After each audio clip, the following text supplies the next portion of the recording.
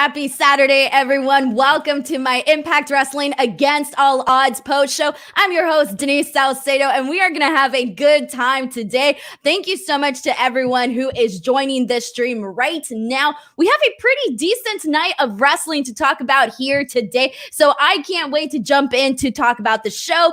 Honestly, it was a good time. There's going to be a lot of matches, 9 matches overall to talk about. But before I get into all of that, I just want to remind you all that if you send in any super chats throughout this entire stream, it would really help me out. It would make sure that Sean doesn't cancel the show here and I can still come on and talk about Impact Wrestling each and every single month with you guys here. So if you can, send in a super chat. I will read your comment, your question, your statement on the stream if you send in a super chat. Other than that, I thank you guys all so much for joining here today.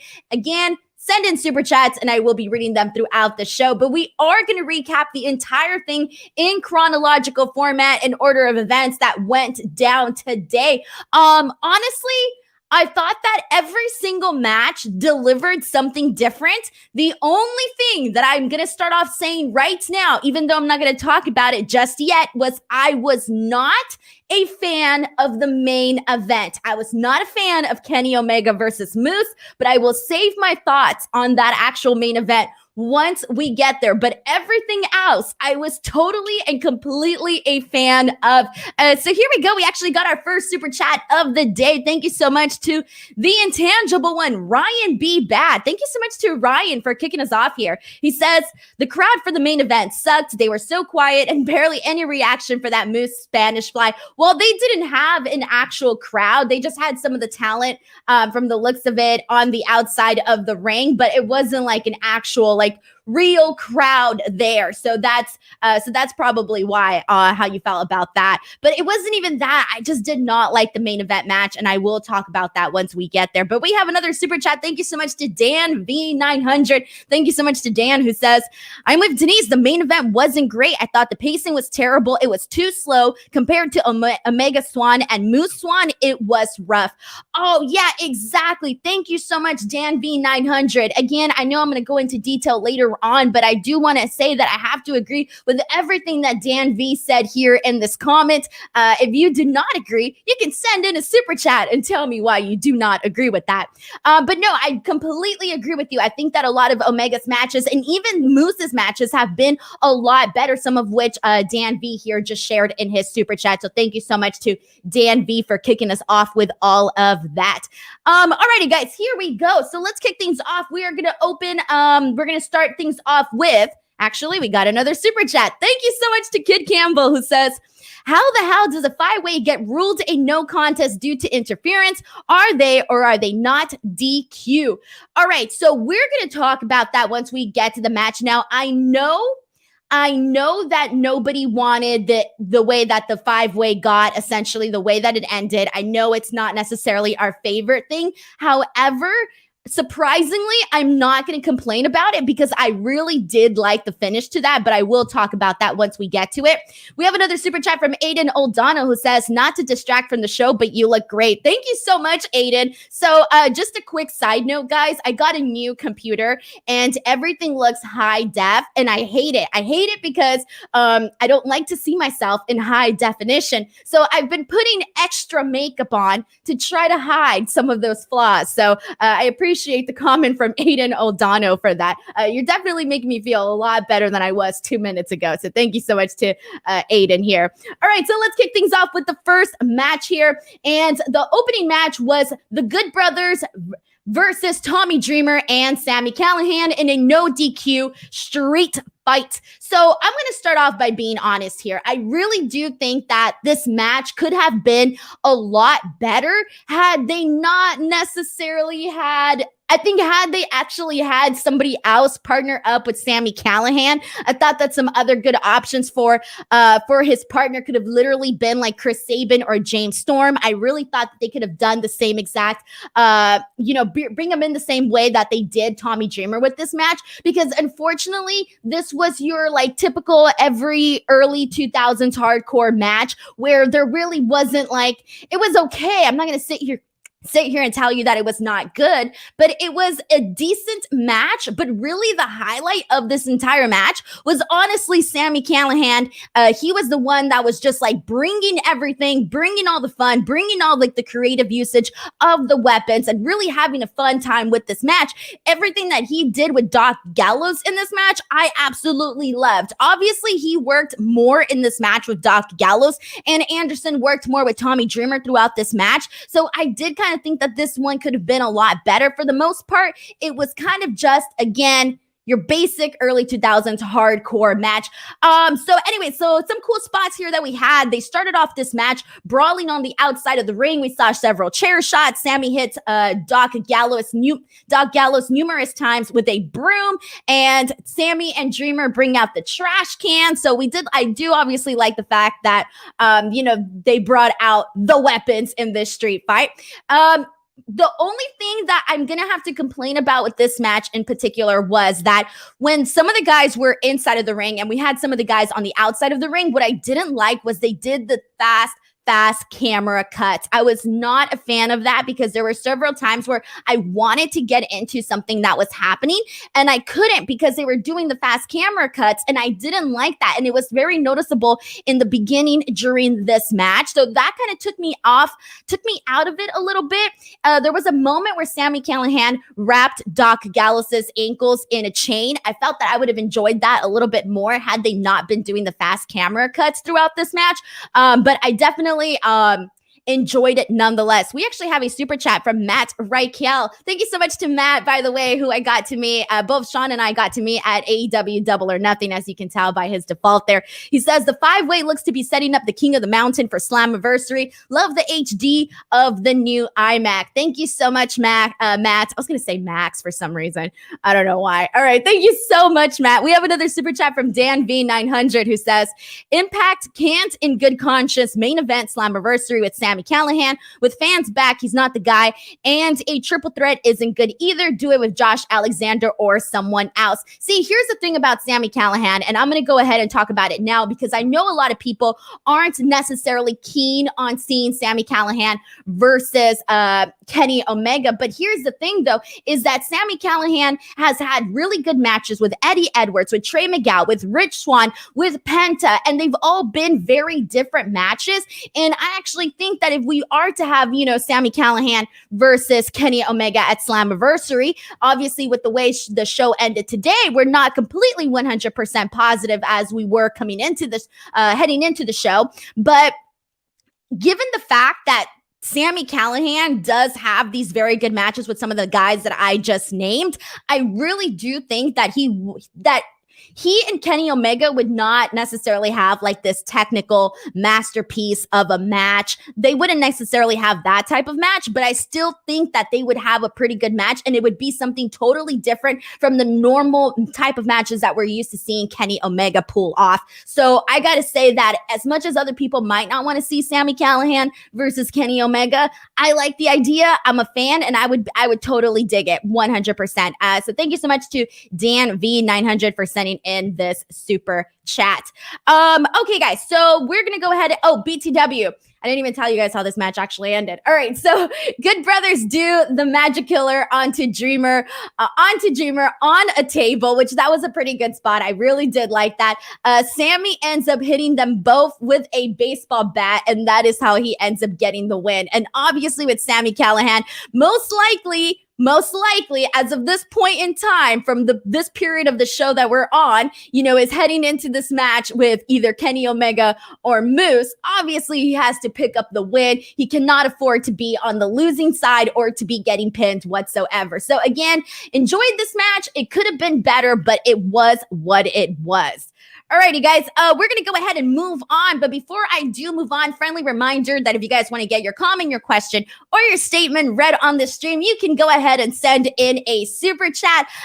Those definitely help out the show and keep us going, and also keep the coverage alive here for these Impact post shows on the Impact Plus app.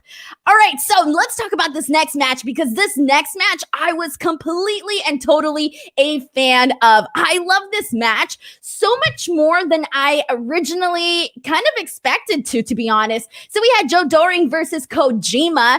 And fun fact here, I posted this on Twitter because I thought that this was pretty interesting. This is the first time in Impact history that we had two former All Japan Triple Crown champions face each other on Impact Wrestling. So I thought that was pretty cool. So obviously heading into this match, I'm thinking, all right, this definitely has to be a showcase match for Doering. That is what I'm expecting out of this match. And friendly reminder that the last time we saw Kojima versus Doering, Kojima defeated Doering to successfully defending his All Japan Triple Crown Championship. So I do like the history behind this actual match, even though that it was such a long time ago. It was pretty cool to have that and also have that be mentioned on commentary over and over. So that was really great. But from the start, Doering is working the arm of Kojima to essentially avoid Kojima's lariat. So really smart on his part to actually go ahead and, have this game plan set in place. But here's the thing, though, that I specifically like about Doering. So what I like about him is that he works this he works at a slower pace. And that's obviously that's the style that he's going to work at a slower pace. But he does everything with a purpose, and not just that. So he has a plan, he has a purpose. But the way that he wrestles and the way that he does things and everything that he does it in a way where he uses all of his power and all of his impact into each and every single move that he does. Essentially, he doesn't work like your normal WWE big man style. He doesn't. He uses all of his weight in everything that he does. And a lot of guys don't do that. So it's almost like every time he throws a punch or anything like that, it's like you're being hit by with a sandbag or something. So I love that. I love that aspect. We saw Kojima literally hit him with a rapid fire of several chops to the chest. That was an awesome moment. But the ending, we see Doering hit him with a Death Valley driver, and he holds on to him. So he doesn't let him go after he hits the Death Valley driver. He holds on to him and then hits him with a lariat and then does a spinning power bomb for the actual win. So I love the sequence of events that led to the finish. I thought the finish was awesome. I thought the match was awesome. This was definitely, I think this was probably my second favorite match of the night. It was my favorite up until this point, but obviously it was just the second match at this point, but definitely up there in one of the matches of the night for sure. We actually have another super chat. Thank you so much to the intangible one, Ryan B. Bad 215, who says, I have higher hopes for Sami versus Omega. I have higher hopes for a Sami versus Omega match than I did for the main event tonight. Sami could be another Mox type guy for Omega to beat. Yeah, and I really did think that this match with Kenny Omega versus Moose, I thought I was going to be a bigger fan of it. I really was. And unfortunately, I just did not feel that way whatsoever. And so thank you so much to the intangible one, Ryan B. Bad, for sending in this super chat. Alrighty, guys, so let's go ahead and move on. So after this, we had a really, really fun match, and this is always how it is with the X Division. You have your number one contenders X Division match. Now, I know that a lot of people are probably not a big fan of how this actually ended, how the match actually ended, but I still thought I felt differently, and let me jump into it. So we have Ace Austin versus Petey Williams versus Rohit Raju versus Trey Miguel versus Chris Bay, and they are all trying to get their match with Josh Alexander. So looking at the options of the guys that we see in this match, right off the bat, I want Chris Bay to win. I want Chris Bay to win because I feel that the last time that he was champion, I almost feel like it got cut too short, and I don't necessarily think that they actually, I don't think that they really got the full Chris Bay as X Division champion that they could get. They didn't scratch the surface with him as a champion there. So I do think that there's a lot. I would like to see Chris Bay essentially be the guy to get this opportunity. We just saw Rohit, recently Rohit Raju. Obviously, he had his title reign. So we already saw that. Petey Williams is fantastic, but we kind of already know what he can do. And also, I do think that, having Chris Bey actually win this match would mean a lot more than if it was Petey Williams. So that's kind of how I felt heading into this match. We actually have a super chat. This one is from Steve Engblom. I hope I didn't mess up your last name, Steve. He says, I stopped watching AEW because of finishes like that. I don't blame you. If it's something that can be so irritating where you're like, okay, this is stopping me from enjoying the product, then it is what it is. And obviously we've been complaining about that. We've been complaining about that more so even on the WWE end, because nobody likes the DQs and all of that, the interferences. I mean, that's been like constant conversation. And, AEW also does a lot of like the run-ins. They do a lot of the post-match melees. They do a lot of that too. So it does sort of get a little irritating. However, I do think that sometimes if it's not overused in a company and it's not overly done all the time, I could let it slide. So that is, I think, why I kind of let it slide here with Impact Wrestling. So I kind of let it slide with the finish here. But thank you so much to Steve for sending in this super chat.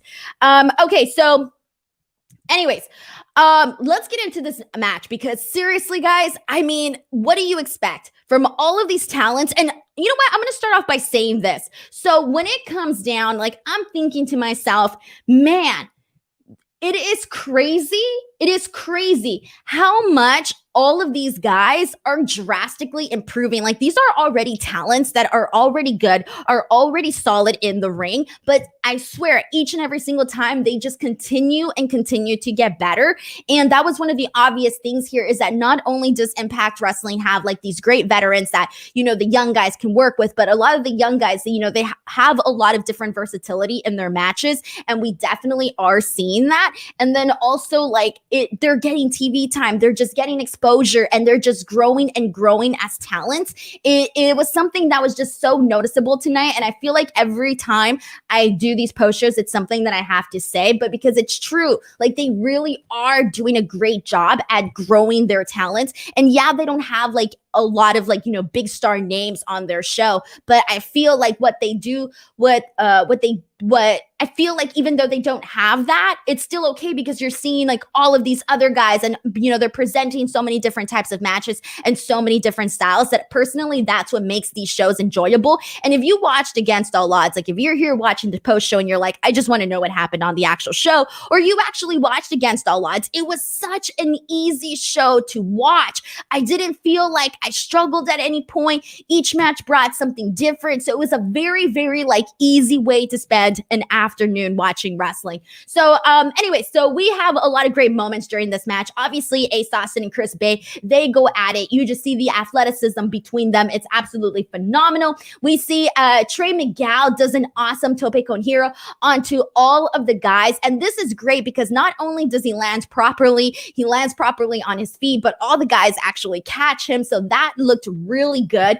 There was a moment where Trey Miguel has Ace Austin in a leg lock. Petey has Bey in a sharpshooter. And then Trey and Petey at the exact same time are punching each other. I thought that was a great moment. Rohit Raju and Trey Miguel going at it was a lot of fun to watch them work together. And I felt the exact same way with Petey and Ace Austin.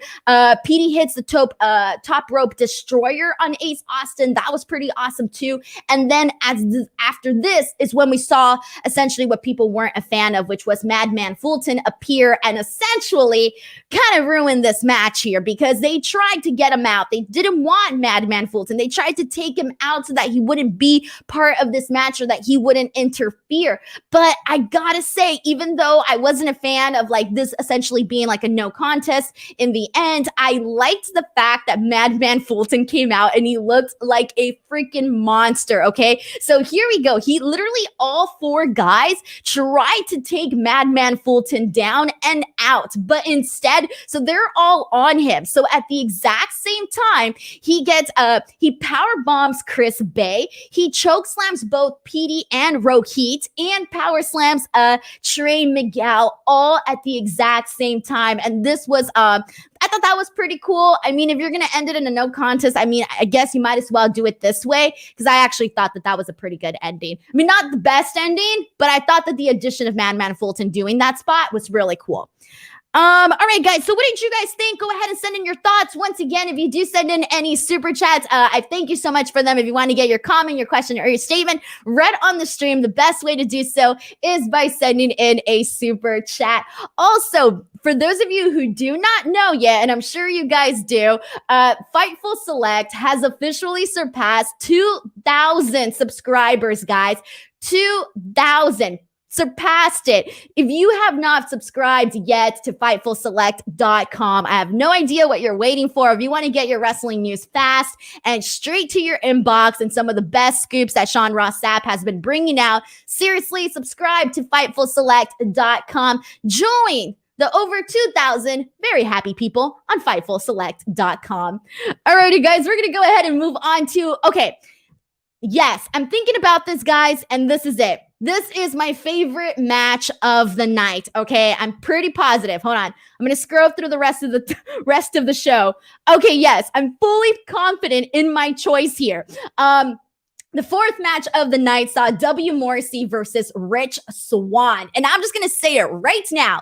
This was not only my favorite match of the night, but I think it is officially time that I put it out there into the universe that Rich Swann is literally one of my favorite current wrestlers, period, okay? Favorite current wrestlers, period, with Rich Swann, because every time Rich Swann goes out there, he seriously has some of the best matches, and I feel like I haven't given enough love or shout out to Rich Swann because he really is great with no matter who he's in the ring with, and this match with W. Morrissey was fantastic. I thought it was probably one of the best matches that I had seen in a while, all across the board. As you guys know, I cover, the WWE stuff. I cover the AEW stuff.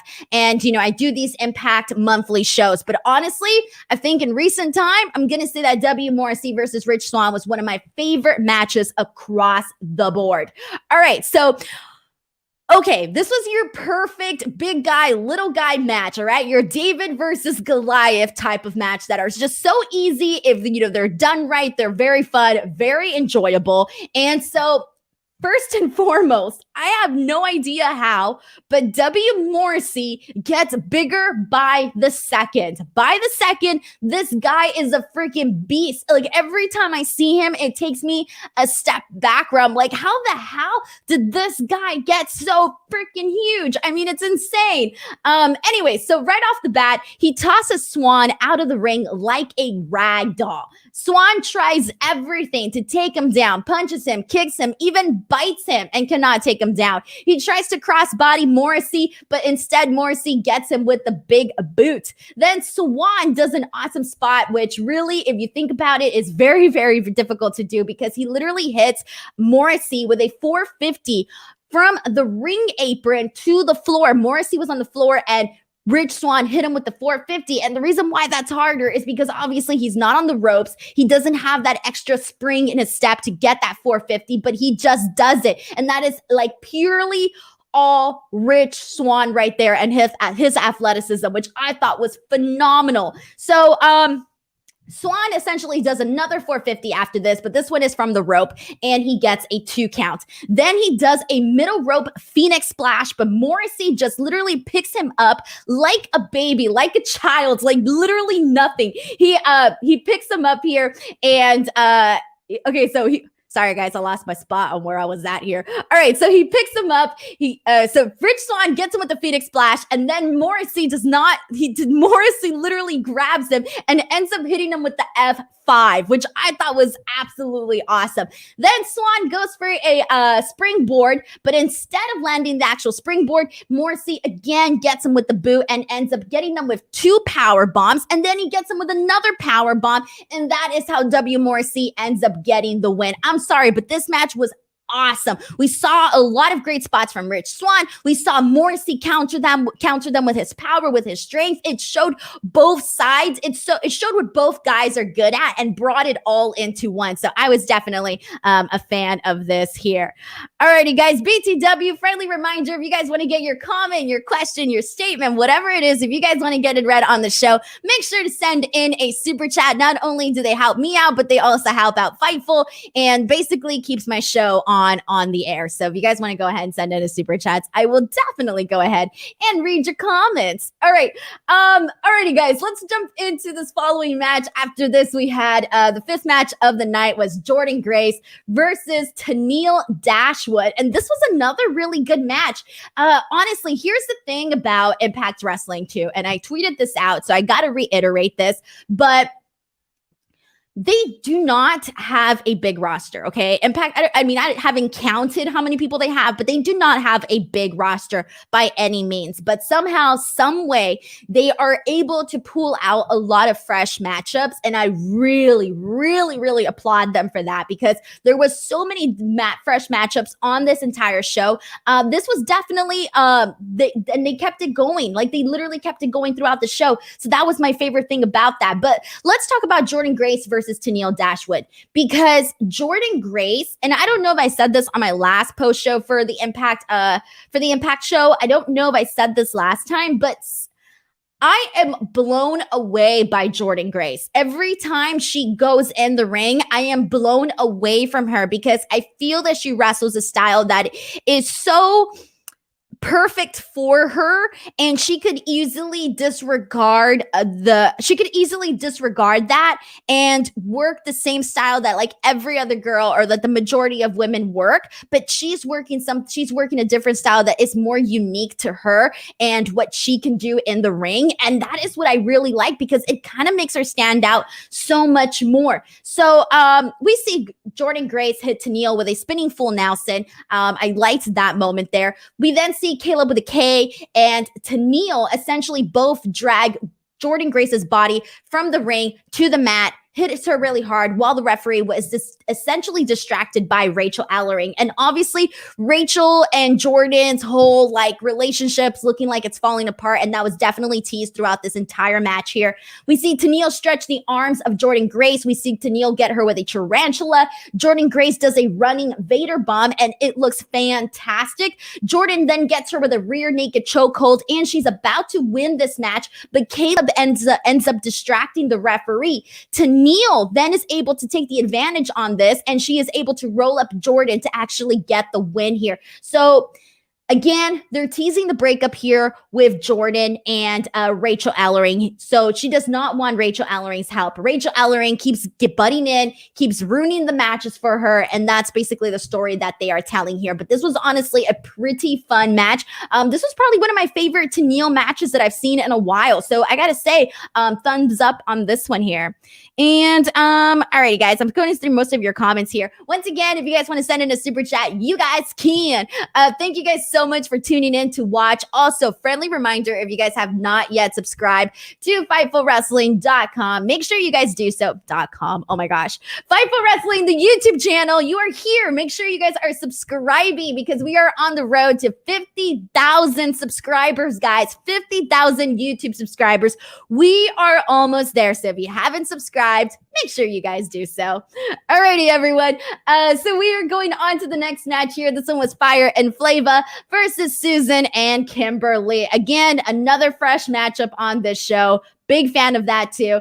So here's the thing about this one, and I'm going to try to explain this as best as I possibly can. This match was a little sloppy, but not in a bad way. Like, not in a way that it's bad. In a way that it didn't take away from the actual match whatsoever. In fact, it actually led to some really funny moments and some really funny spots throughout this match. So even though, like I said, it was a little sloppy, it wasn't sloppy in a bad way. Anytime that we see Kiera Hogan and Tasha Steelz go at it with Susan, I thought their chemistry was off the charts. I thought any time that they were in the ring together was when I was really, really into this match here. We see Kimberly hit a swanton on Kiera Hogan, and then we see Tasha do a missile drop kick on Kimberly. She then does a frog splash on Susan for the actual win. Also, really quickly, guys, shout out to James Dross. James Dross just became a YouTube member here on Fightful Wrestling. Congratulations. If you become a YouTube member, you get like bonus content exclusive for YouTube members. So thank you so much to James Dross, who just joined in on here. Alrighty, guys. After this, we had the Impact tag team titles on the line. We had violence by design. God, I cannot talk anymore, guys. So many wrestling shows. That's it. I'm burning down. I'm crashing down. That's it. Send me back to developmental. Violent by design. We have Cody Deonna and Rhino versus Decay, Crazy Steve, and Black Taurus. And this match is pretty hella fun. Okay, this wasn't like my favorite match of the night, but it was totally enjoyable. And just holy cow, I cannot keep up with Black Taurus. I cannot keep up with him, guys. Every time I was like trying to write down the moves down. I was trying to write down like, oh, this happened. He did this on the match. He did this on the match. And then he did this. I could not keep up. I was like, screw it. I'm not going to write anything down because Black Taurus is just kicking ass. So I was like, all right, I'm going to have to come on this post show and essentially get that going. But at the top of this match, we do see Taurus get Rhino to the corner, and he essentially hits him with several uppercuts, spinning kick to the gut. And again, this was really fun. I really enjoyed though seeing Cody Deonna and Crazy Steve go at it. I thought that they had really good chemistry in the ring, so I thought that was really great.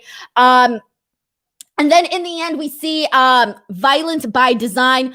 Okay, so the finish here, we see Rhino hit Crazy Steve when he's on the top rope. So he bounces off, and Cody Deonna is able to hit Crazy Steve with a DDT for the win. So again, good fun match. I was definitely feeling this one for sure.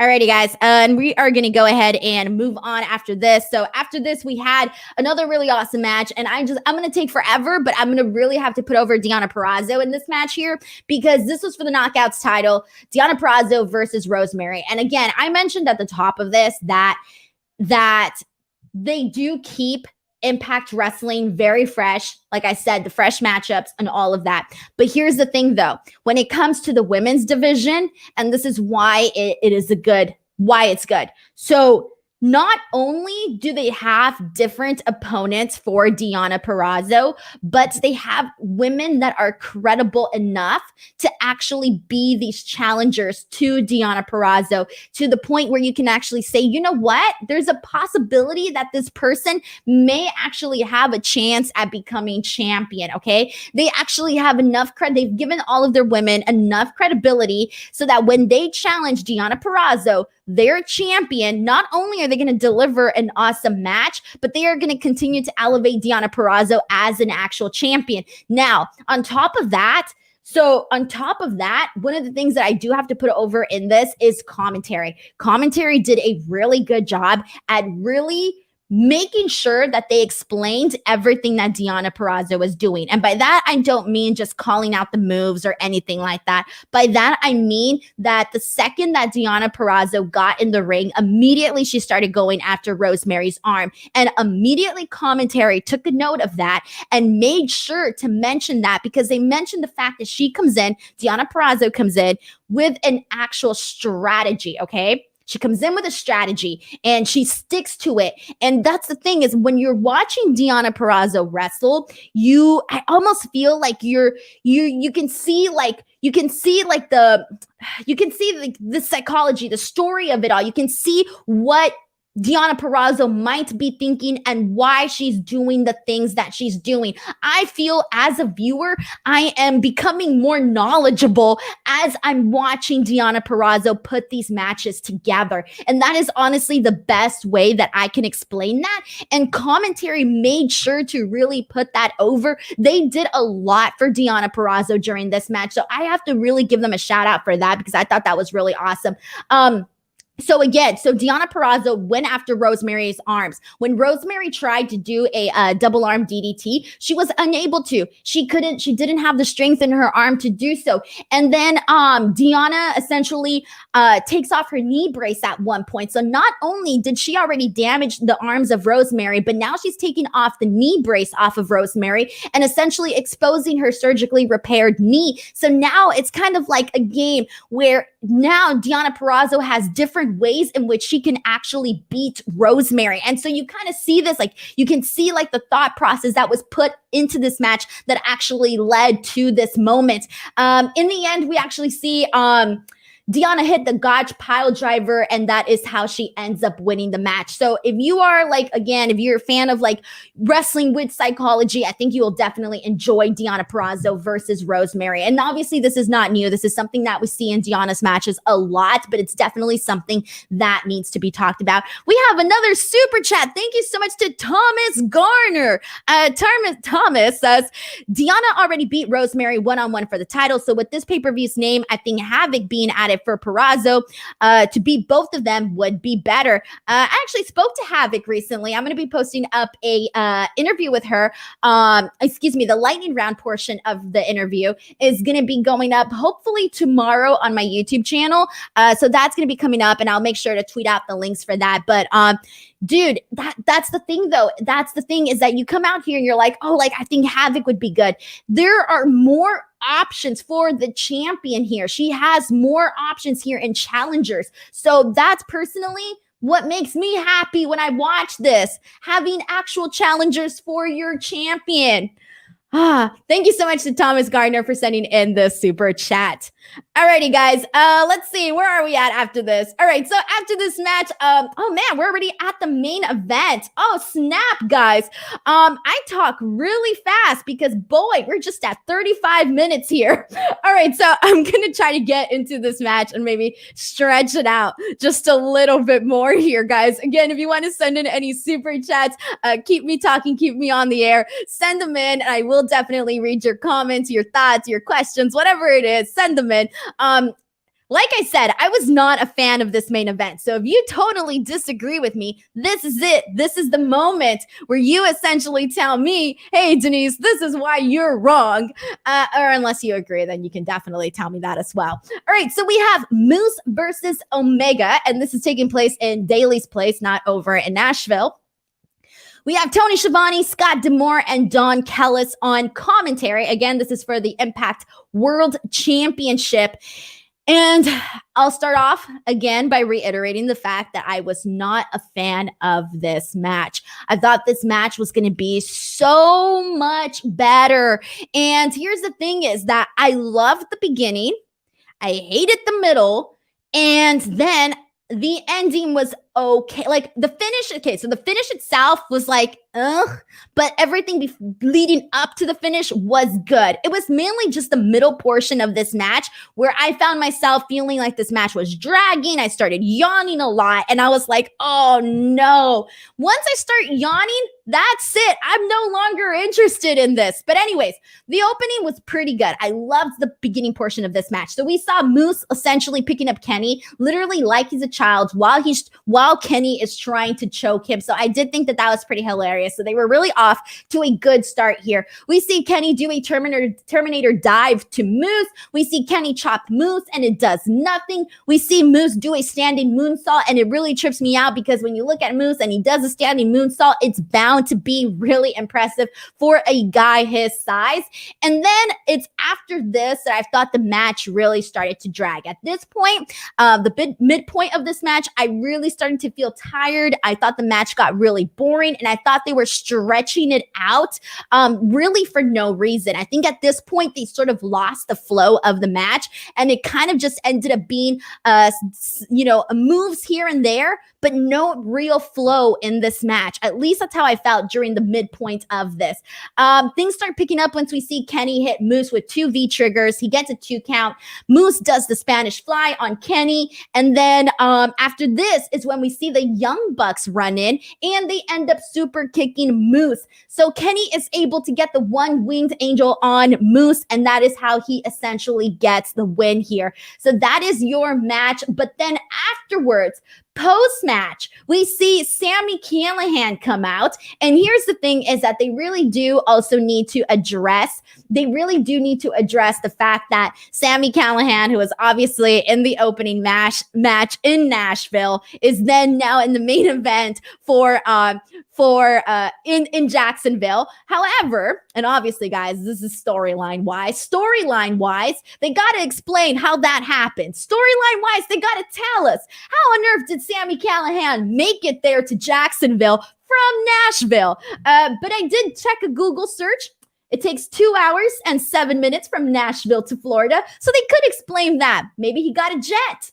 Who knows? Who knows?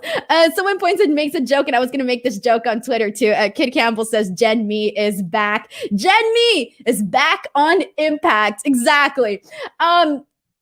So Sami Callihan hits the Bucks with the bat. He tries to get Kenny Omega with the bat and the chair, similar to the way that he did with Eddie Edwards.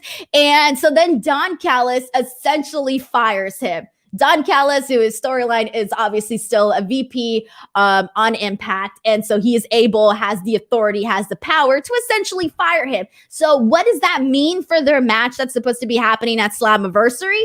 I don't know. Now that he's been fired, I have no idea what that means now. Are we still going to be getting Kenny Omega versus Sami Callihan? I don't know. So they're going to have to explain that, obviously, on Impact. They're going to have to explain how Sami Callihan got to Jacksonville and what on earth is going to happen now that Don Callis fired him. So that was the ending of Slammiversary. Again, if you guys want to send in your thoughts on the main event, on the actual show, or anything that I didn't touch on, you can go ahead and send in a super chat. But other than that, guys, that was the show. Again, all of these Impact Wrestling pay-per-view shows on the Impact Plus, they're really, really easy to watch. If you're just like, I just want to watch some good wrestling, if you just want to watch like a different styles of wrestling, I think that it's really fun to check out these Impact shows. They're always a really good time. Other than that, guys, tomorrow I will be back on with Sean Ross Sapp. We are going to be talking about NXT TakeOver in your house. That's going to be happening tomorrow. So I will be back tomorrow with Sean. And then Monday, we will be back to talk about Monday Night Raw. You guys all know how that goes down. And then the next Impact show that I will be on here talking about with Sean as well, and I believe Steven Jensen as well, will be Slammiversary on July 17th. So lots of wrestling podcasts coming your way. We actually have a super chat I'm going to read. This is going to be the last super chat I read for the day. This one is from Double Shot Jake, who says, Sami to AEW, maybe. Oh, that would be interesting. That would actually be interesting. Hey, he's been fired. Maybe that'll be something. Who knows? Thank you so much to Double Shot Jake for sending in this super chat. Alrighty, guys, there you go. That is the show. Thank you so much for joining me. As always, BTW, if you have never seen my streams before and you're like new to me or whatever, make sure to follow me on Twitter or on Instagram @_ Denise Salcedo. I hope you guys had a good time. If you enjoyed my post show, leave a nice comment. Give this video a thumbs up. Tweet Sean, tweet Jimmy Van, tweet @Fightful. Tell them that you like the show. Tweet them, spread the word, and I'll see you guys back here tomorrow for NXT TakeOver in your house. Until next time, I'm Denise Salcedo. Love you all. Have a great night, everybody. Take care.